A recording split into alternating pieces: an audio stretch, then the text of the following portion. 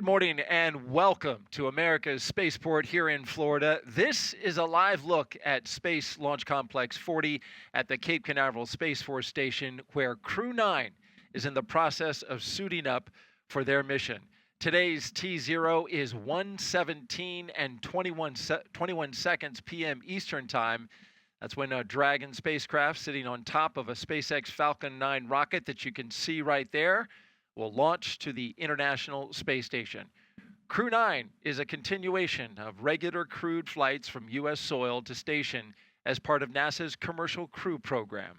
What a beautiful shot outside as we circle Launch Complex 40. I'm NASA's Daryl Nail, and this is the official launch broadcast of Crew-9. With me to help commentate to what's happening this morning is our special guest, NASA astronaut Zena Cardman. Zena, so good to have you here with us for what is hopefully going to be a great launch today. Thank you, Daryl. Good morning, and good morning, everyone tuning in with us. I'm so grateful to be here. And we are very grateful to have you here as you look at the launch pad now. Such a great shot by our flight operations team here at Kennedy. The mission today is a new configuration for NASA's Commercial Crew Program as we go back into the suit-up room. We are flying one commander and one mission specialist, a crew of 2 instead of a crew of 4 as originally planned. Now, the reason is to use those 2 empty seats to return astronauts Butch Wilmore and Suni Williams. They flew up to the ISS in June, but remained on the International Space Station to prioritize their safe return. Meanwhile, their Starliner spacecraft, which had technical issues during a test flight, returned to Earth uncrewed earlier this month and returned successfully. Today, the crew's ride to space is the Dragon Freedom spacecraft, its 4th flight to space. As we look inside the suit-up room at the operations and checkout facility here at the Kennedy Space Center, we see both the astronaut and the cosmonaut sitting in their seats inside the suit-up facility. They've got their suits on, and now, Zena, of course, it's time to check them out. That's right, Daryl. This is the first time that the crew have gotten in their suits on launch day. Of course, this is not the first time they've been in their suits. We spend a lot of time training and practicing in these suits so that we are ready to go on launch day. But this is the first of multiple checkouts of the suits that will actually take them to the International Space Station. It's great to see. You can tell they're a little puffed up. When the helmet goes above the chin and the mouth area, you know that they're being pressurized, right? That's exactly right. Yeah, we're doing leak checks in these seats, and so it's great to see Nick Hague and Aleksandr Gorbunov here in suits that are looking good. When they pressurize, they get a little bit stiffer. They're actually about the same pressure as a volleyball. Oh, interesting. I Fun didn't know fact, that. yeah. That's a nice little factoid. Yeah. All right, as you look here at Commander Nick Hague, U.S. Space Force Colonel Nick Hague is your Crew-9 commander. He was selected by NASA as an astronaut in 2013. This will be his 2nd space flight to the International Space Station. In 2018, he and his Soyuz crewmate experienced a catastrophic rocket booster malfunction after launch. They were forced to abort, but landed safely. 5 months later, Hague launched on another Soyuz and served as flight engineer for expeditions 59 and 60, and of course, a safe mission to the ISS. He spent a total of 203 days in space and performed 3 spacewalks. The Kansas native is a test pilot and a distinguished graduate of the United States Air Force Academy. Nick spent 5 months in Iraq in support of Operation Iraqi Freedom. He voluntarily transferred from the United States Air Force to the Space Force in 2021 and is an active colonel. His wife, Katie, is a retired U.S. Air Force colonel, and they have 2 sons. Let's talk a little bit now about his fellow crew member, Hague's fellow crew member, talking about Aleksandr Gorbunov. This is mission specialist Aleksandr Gorbunov's first time going to space. He studied engineering with qualifications in spacecraft in upper stages from the Moscow Aviation Institute.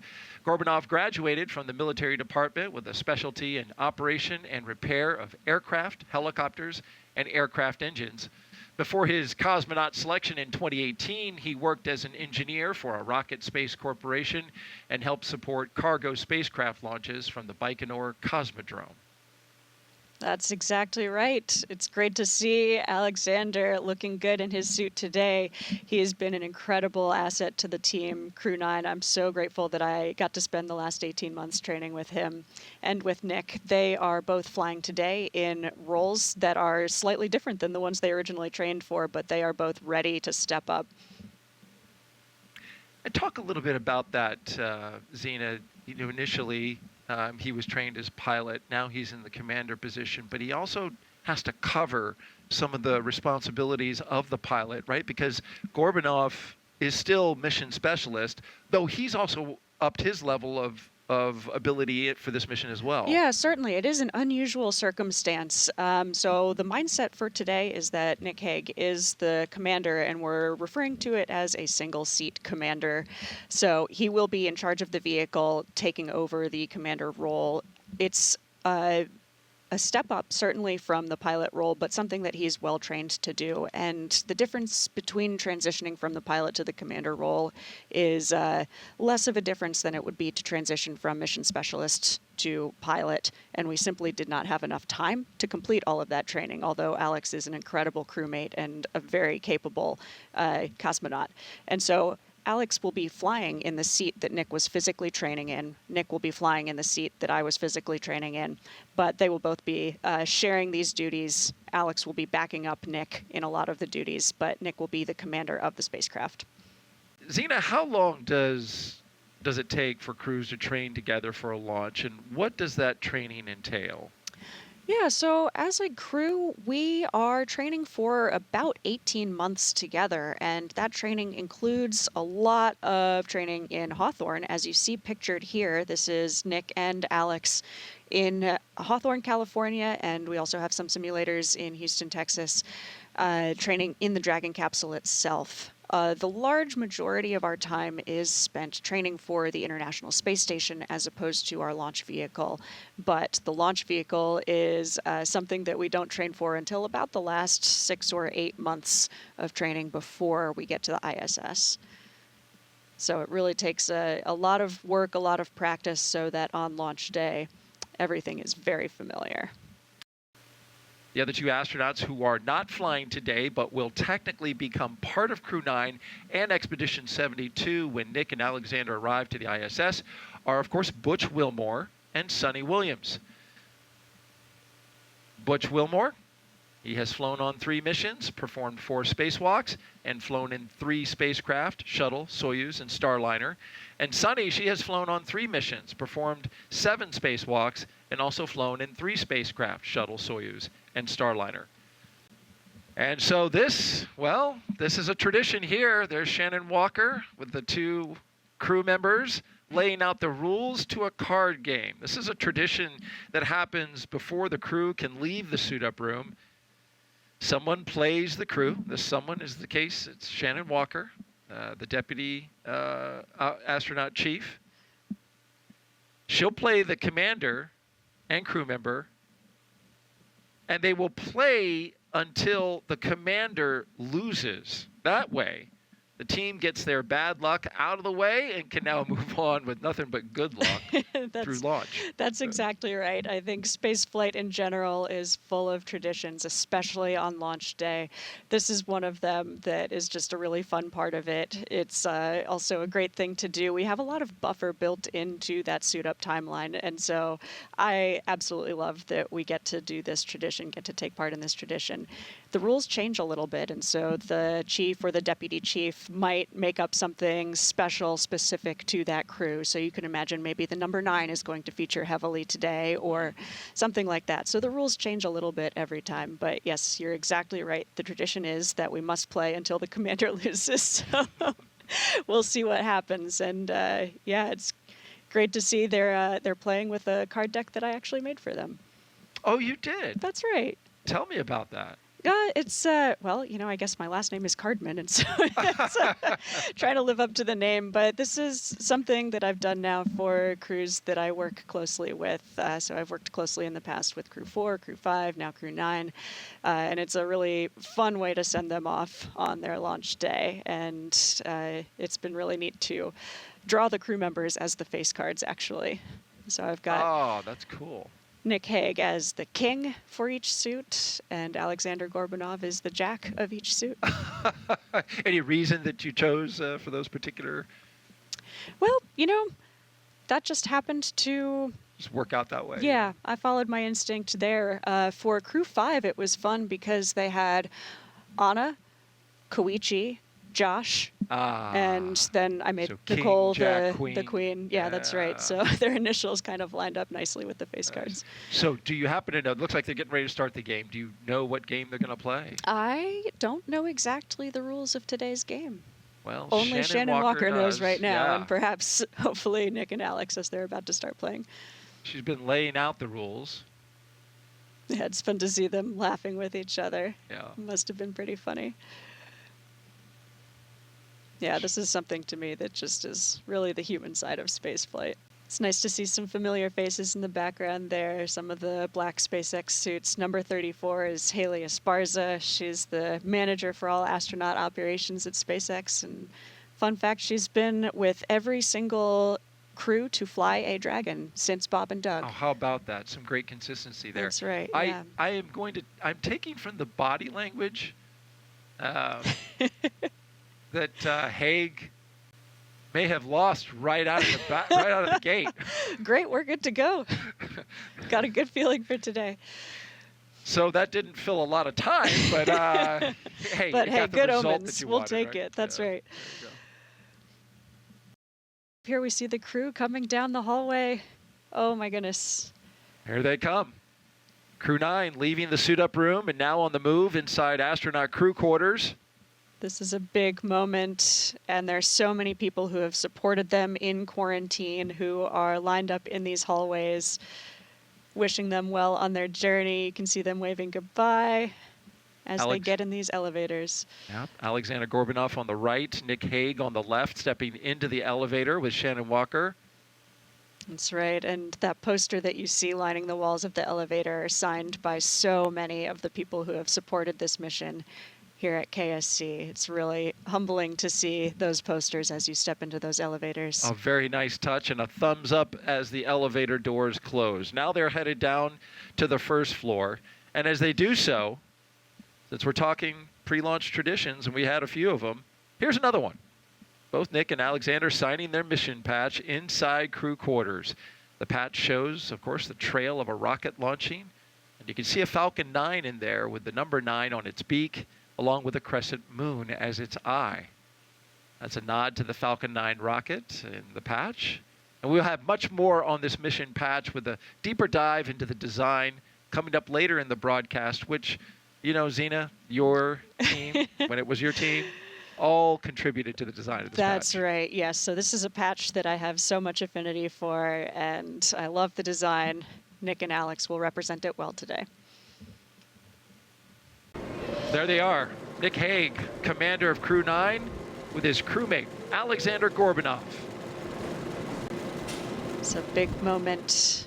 Family and friends seeing their crew members This way in to their space. suit. Yeah. Yeah, so they'll have a chance here to say a few words with those who are closest to them. Standing at a distance, of course, because the astronauts are quarantined for 2 That's weeks right, yeah. prior to liftoff. And their closest members of the family have been quarantining with them, but as we are actually getting ready to get on the rocket, we are taking all of the precautions possible. And now they are getting into the Tesla. And as Zena said, the doors will close, the windows will open, and they'll have a few more moments with their That's family right. and loved ones. You can see them hooking back up to that cooling umbilical, connected to their little personal briefcases. Get them some air on their way to the launch pad. Switching from the handheld to the in-car system, right? The handheld system is actually in the back behind their seats. So it's all part of it. Okay. Yeah, but they ditch the little cooling suitcase as they walk out, just less to carry. Gotcha.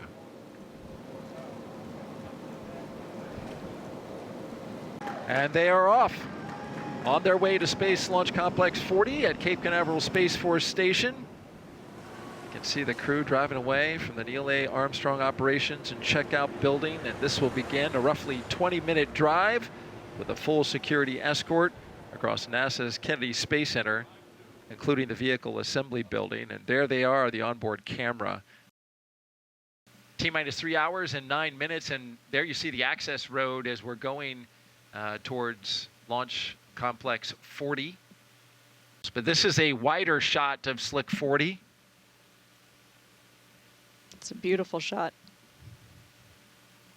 It is a smaller footprint than 39A. Of course, 39A, a very large NASA facility that has a very long flame trench. This one, a little shorter, a little smaller footprint, about the third of the total footprint. But all the hardware is there that's necessary for a successful spaceflight. And today, the first time that we'll have a crew launch from this launch pad.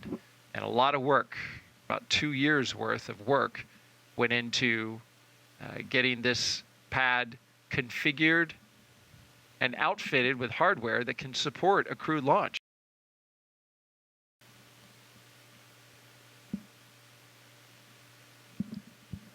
You can see them doing the quintessential SpaceX flight suit lean back. There it is. The suit is designed to be most comfortable when you're in the seated position, so that Not staring up at a 200-foot tall rocket. exactly. Yes, This not is core not exactly on countdown. ergonomic for T-minus these 3 hours. Crew have operations, arrived but at the pad on I time. can't imagine standing at the foot of your own rocket and not stopping to take a look at it. Isn't that something?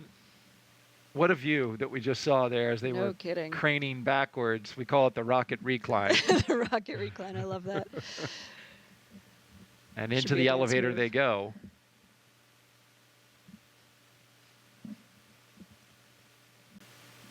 There's Luke Delaney, number 43. You can tell by his red name tag. A little bit different than the SpaceX ninjas. Yeah.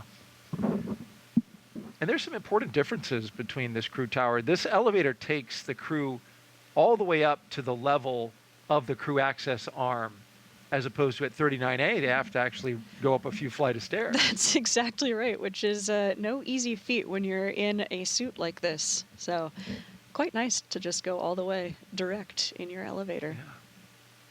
Yeah. Direct flight. Mm-hmm. And the crew access arm at 39A actually, I understand, has an incline. So there's a little kind of coming up. Yeah, that's right. It's a little bit different than 39A. And here they come. Commander Nick Hague and mission specialist Aleksandr Gorbunov walking the crew access arm towards their Dragon Freedom capsule. They are all smiles, and I can understand why. With phenomenal views to either side of them, walking confidently and certainly anticipating these next few moments where they'll get into the spacecraft and get seated and strapped in. There's Katie Bishop, who is in charge of today's operations here at the Cape as the closeout lead for the SpaceX team. She handed a Sharpie to Aleksandr This is Gorbunov. core on countdown. T-minus 2 hours, 56 minutes. Crew Another one have of those arrived many at the White spaceflight Room. traditions, signing the wall of the White Room before you get in your Dragon capsule. And these will be the first signatures on the wall, unlike 39A, which Yeah, is here actually we go. full They of get signatures. to be the first. Isn't that something? Choose a good spot, Alex. Yeah. No That's pressure. right. Oh, yeah. Very nice. Good. Boy, yeah. He went big, too. There's only two of them. They can take up twice as much space as they would. That's right. Nick is a lefty, apparently. That's true. Strangely, the astronaut office has, I think, a higher percentage of lefties than most of the U.S. population. How about that? Wonder why Random that is. fact. I don't know. Who knows? I Don try to Pettit. make some kind of observation of left hand, right brain, but I Yeah. don't know if that would work. But look at this. What a Taking in that view. Yeah, absolutely. I love nighttime launches. Looks really spectacular as the rocket lifts off, but getting to see this view, taking in some final scenes of my favorite planet before getting in your rocket.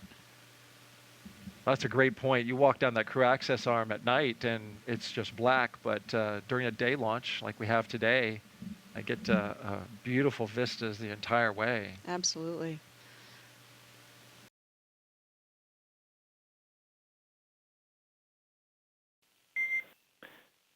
Seat 2, Seat 3 for umbilical comm check. Seat 2's got you loud and clear. We got the loud and clear. Core has you loud and clear. Umbilical comm checks are complete. Report when you are ready for seat rotation.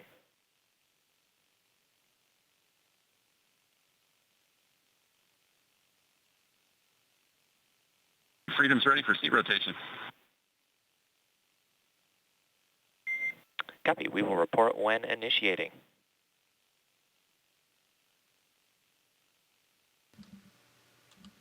Starting off with some comm checks there, which is a routine part of this procedure. That's right. That was the core. His name's Shiva in Hawthorne, California, talking to the crew just before seat rotation here. Well, Shiva is a former SpaceX broadcaster. Yes, Dragon, we yes. are initiating seat rotation. A good communicator. Yeah, good to hear his Ready. voice again.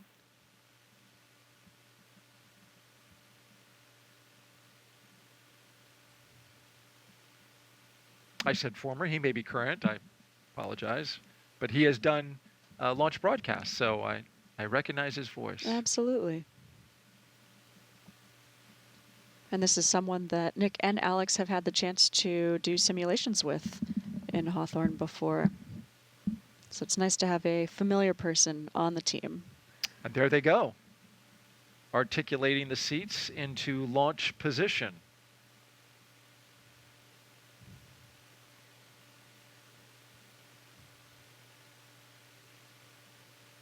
Boots up.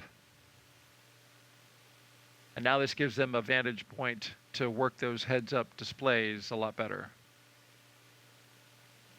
Yeah, that's right. With the seats in the reclined position, it's a lot easier to see and access those displays. Freedom, seats are in the launch position. Copies.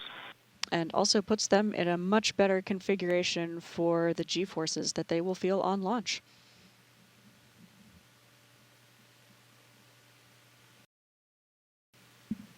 We're coming up on 1 hour and 59 minutes and counting. Definitely see some clouds rolling through on the left-hand side there, but it's definitely worth giving it a try, just in case we get that Dragon launch. SpaceX for post-ingress briefing. Good window of weather at launch time 0. Freedom's with you. Dragon, so good news is we've got a healthy pad, Dragon is healthy, and Falcon is looking good. The story remains weather, as previously briefed. We're watching radar data in real time.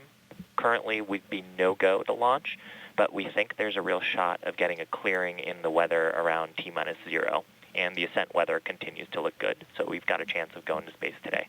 We'll check in as we have more updates. How copy?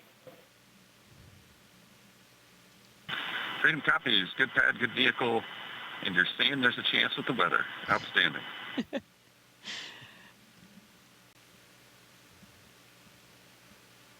So they just got their crew brief from SpaceX, and mostly good, except for the weather. But as Nick Hague just pointed to the positive side of things, So you're sounds saying like there's a chance. That's right, exactly. That's right. Well, from that left-hand side, you can certainly see it. It's a small storm with rain on the left part of the screen, and a little more of a clearing area on the right hand. That is exactly how it is on radar. Yep, we've got some patchy weather rolling through, but it sounds like the vehicle itself is in great shape. That launch countdown going really smoothly. Hatch closure right on time with a good leak check. The suits are in a good configuration. Crew members are doing well. So we'll just keep hoping for a good weather window just under 2 hours from now. And of course, we'll have a big decision point before we start to put fuel on board the rocket, because that's something that's harder to back away from once we start that process. So we really want to commit thinking that there is a very good positive shot of launching today before we start fueling the rocket. And SpaceX Freedom, Section 5, 5.4, we're go for launch. SpaceX copies. Crew are ready for launch. Some very exciting words to hear from Commander Nick Hague. they are ready to go. Is the weather ready to go? We'll find that out in just a bit. They're going to make that decision, as you mentioned, about the weather before they start fueling the rocket, because once they do that, that locks it in at T-minus 35 minutes, and we're tanking the rocket at that point, and it's a pretty strong commitment at that point. As you can see on your screen, the radar is showing a storm that just moved offshore. That dumped some rain around the area, certainly on the launch pad. It didn't cause any harm. There were no problems with that. We can handle some rain on the rocket and on the launch pad. But what is more concerning is the stuff behind it. And from the satellite view, you can see that there is a plume of moisture that's developing in the southeastern part of the state of Florida and is moving its way upwards towards the northeast, directing over top of us. The idea, though, is, and what launch managers are hoping for, and certainly what the crew is hoping for, is that in between the rain, the lightning, and those storm cells are some clear patches of sky. All they need is a 10 nautical mile stretch around the launch pad, and they can launch into space. That's what we're hoping for. We got our fingers crossed. Yes, we sure do. But weather or not, the crew themselves are ready. You see what I did there? I did. Good. Dragon, have good news that the most of the concerning weather that we saw from earlier has either cleared the pad or is trending to clear. We are still watching some precipitation, and we are expecting our next cross-check at around the T-minus 45-minute mark. We'll let you know, along with the go-no-go for a prop load, what that weather looks like. How copy? Freedom copies. Outstanding news. Thank you. Highly trained and ready to go. T-minus 27 minutes and counting until liftoff.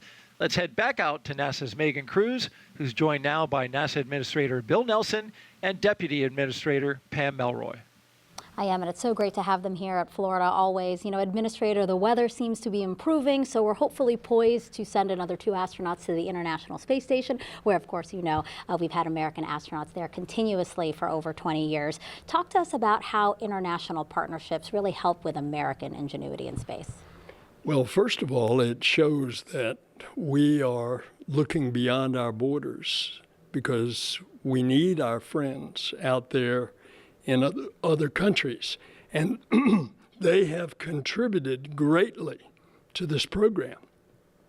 So, for example, on the big rocket that's going to go to the moon, it has the European support module from the European Space Agency.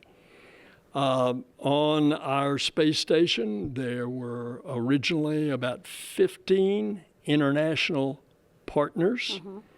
And the number of countries that have used the space station is upwards of plus 40. So it is very much an international space program, and that's why it's called the International Space Station. And actually, I'm going to ask you one more question, since we're talking about how the International Space Station is really a test bed for us as we return back to the moon, go farther to Mars. Let's talk about the Artemis 2 mission. Are there any updates for that as we look forward to sending 4 astronauts to orbit the moon? Well, we are looking forward to the next flight, Artemis 2. The crew has been named. Reed Wiseman is the commander.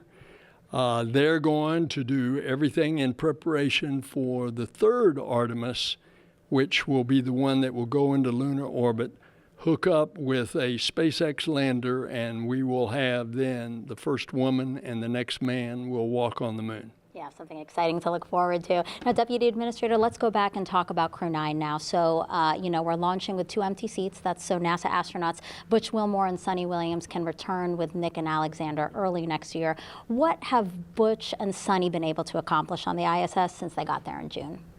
Well, the good news is having 2 extra sets of hands means more than 80 hours a week of extra work that can go into critical science, but also maintaining the station.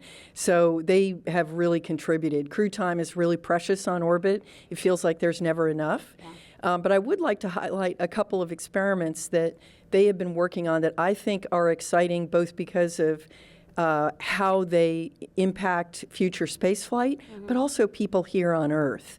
So the plant management, a water management experiment, which is testing different techniques for transporting water to plants. Now, in space, in microgravity, water doesn't flow the same way without gravity to take care of it. But what's interesting is not only will that help us when we go to the moon and we go on to Mars, the ability to grow our own plants, but it also affects hydroponic systems here on Earth. The other experiment that I think is really significant is looking at taking some tissue cultures of the bone marrow that creates platelets, right? Very important in our blood system. And they're going to grow them in cultures.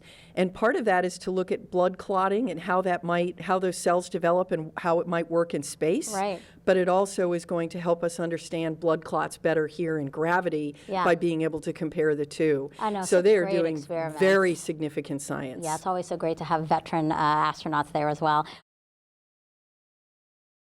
Dragon SpaceX. Confirm crew displays are configured for launch. And SpaceX Freedom, we can confirm our displays are configured for launch. I'd also like to take the opportunity to thank the entire team around the world for your hard work and dedication to get us to this point. Alex and I are ready and honored to represent you and everyone back on Earth. A huge thanks to our families and friends for your unwavering support, and to Crew-9, unbreakable.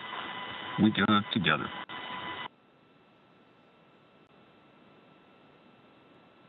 SpaceX copies. You've proven you're ready, Dragon, and we're looking forward to seeing a full capsule at splashdown. Dragon in countdown. Now that we are in countdown, the flight computer on Dragon will switch to countdown mode. And we've also heard the flight termination system is armed. Go for launch. Freedom is go for launch. That's our final go for launch. SpaceX reporting go and the crew reporting go. 30 seconds.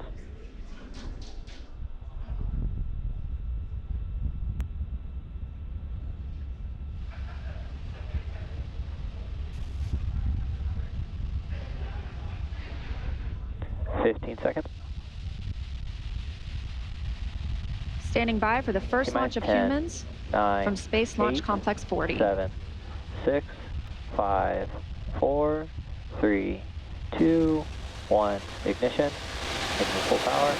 And liftoff of Crew-9. Go SpaceX, go Falcon, go NASA.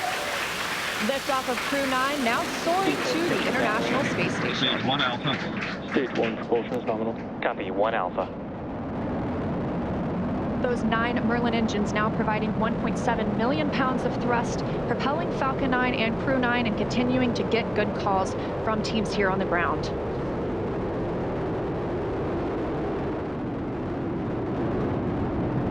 Of course, these incredible views mean we are just a little bit past 30 minutes or 30 seconds into our 9th rotational crew mission. Power range telemetry nominal. On board Dragon and Falcon 9 with good callouts for mission control that everything is looking good. With that, stage 1 is throttling down to pass through max Q, which is the period of maximum dynamic pressure on Falcon 9 during ascent. Max Q. Confirmation of max Q. vehicle is supersonic.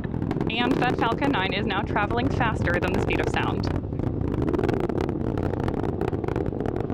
Stage 1 throttle up.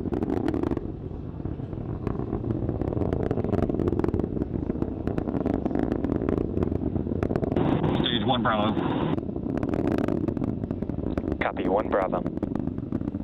That call out for 1 Bravo means we're in the second and final abort mode for the first stage and continuing to get good performance. MVAC chill is underway.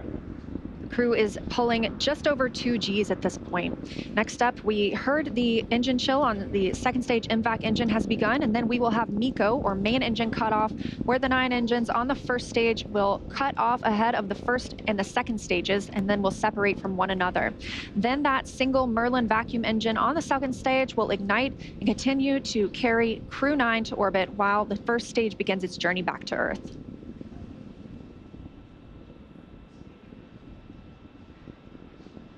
Two minutes in, and the crew is now traveling over 2,600 miles per hour.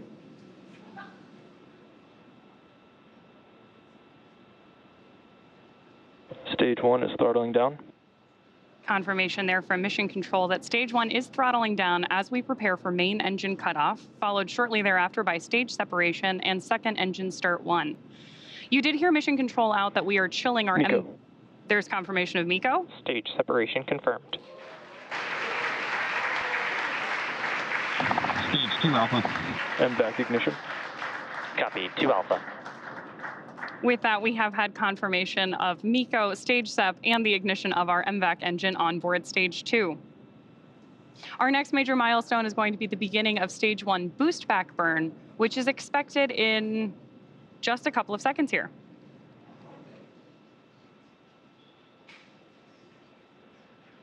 Of course, if you are just joining us, you've got views of our first stage on the left-hand side of your screen and of MVAC burning with our Crew-9 astronauts aboard up in space on the right-hand side of your screen. Now we are coming up on 3 minutes and 20 seconds since liftoff today, traveling over 4,000 miles per hour and 76 miles downrange.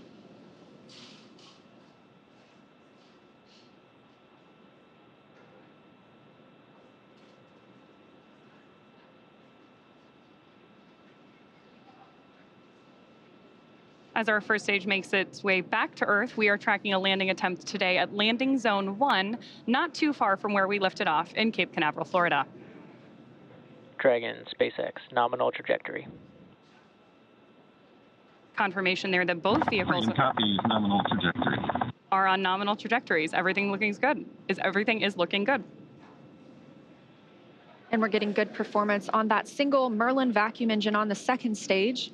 The crew's G-load dips right now. We are going to prepare to hit the separation event. Right now, they're about 1 G, which is about what we're used to experiencing on Earth.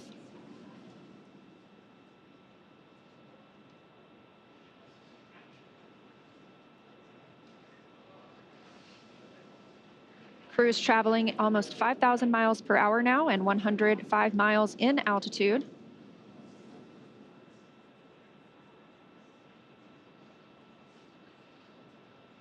As we await the entry burn for our first stage, you are getting great views of it on the left-hand side of your screen. You can also see 2 of our titanium grid fins, which are the primary mechanical structures. Dragon, SpaceX, nominal trajectory. Confirmation there from Mission Control that everything is still looking good. Freedom copies, nominal trajectory.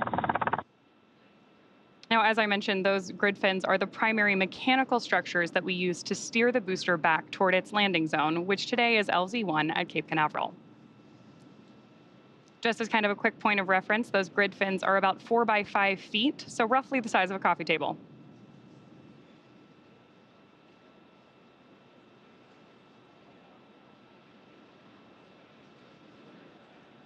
Getting our first tracking shots of the booster on its way back to Earth. Again, we are tracking the first stage on the left-hand side of your screen and MVAC up in space on the right.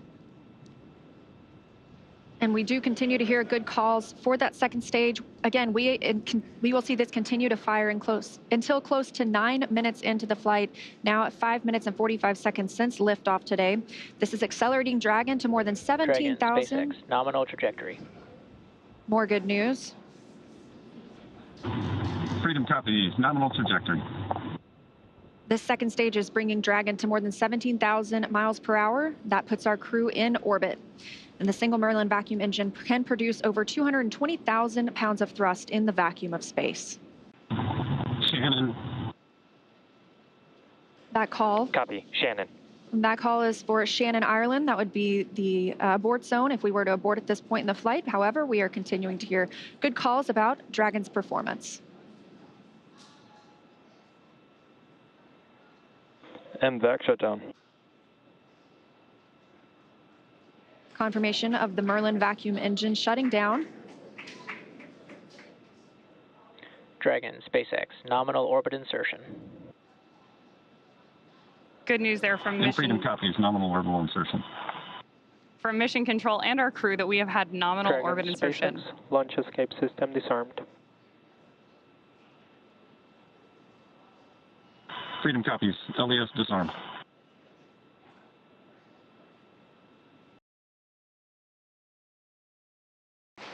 In 9 quick minutes, we now have 2 new crew members on their way to the International Space Station, having taken off from Space Launch Complex 40. The crew now being in a good or expected orbit. We'll continue to coast for these few minutes, and then we get our first views inside the capsule of our 2 crew members, Nick Hague and Aleksandr Gorbunov. They are just continuing to stay in their suits and in their seats during this dynamic portion of the flight. We're going to continue to coast for a few minutes after this second stage engine cutoff. This allows the rates and motion from that long burn to settle out. Good views there looking up into Dragon's trunk, looking at the heat shield on the bottom of Dragon that Crew-9 will use when it returns home early next year.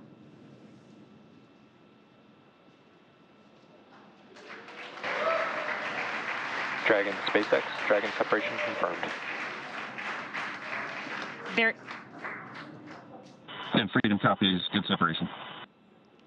there you heard from mission control both. Dragon, Chief Engineer on countdown 1. Nick, Alex, on behalf of the entire team, we thank you for flying with Falcon 9 today and wish you a great mission. And Freedom, this is Launch Director on countdown. On behalf of the entire SpaceX Launch and Recovery team, I'd like to extend our congratulations to the entire Crew-9 team. Zena, Stephanie, Nick, Alex, Butch, and Suni. It's an honor to be a part of this mission with all of you. I'd also like to give a shout out to the Falcon 9 Crew-9 combo. The best bundle in the league, baby. Godspeed, Crew-9.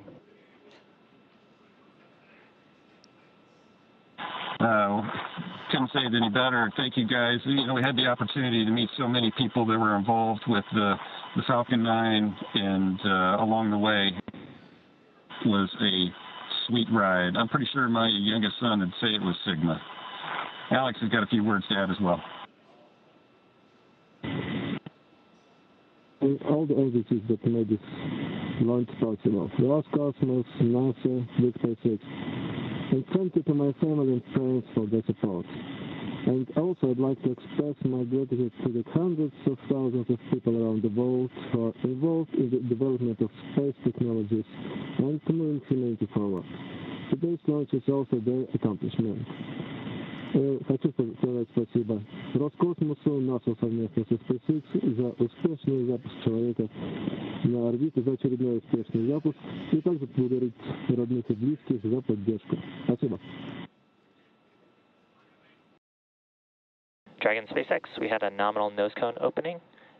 We do have just about 3 minutes here left in the ground station pass if you've got any fluffy stowaways you'd like to introduce.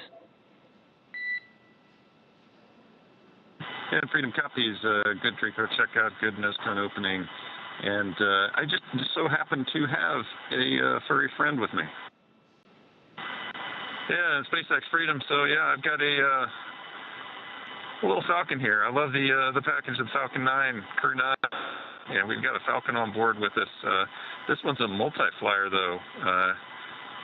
Was on my first flight with Alexei and I, and with Alexei and I and Christina, and now me and Alex. So say hello to Aurora.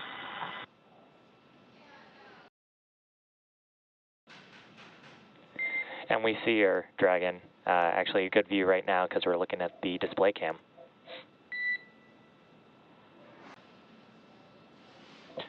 And Dragon delayed call, but nominal TCS reconfiguration as well as forward bulkhead Draco checkouts. And Freedom copies, good TCS, good Draco checkouts.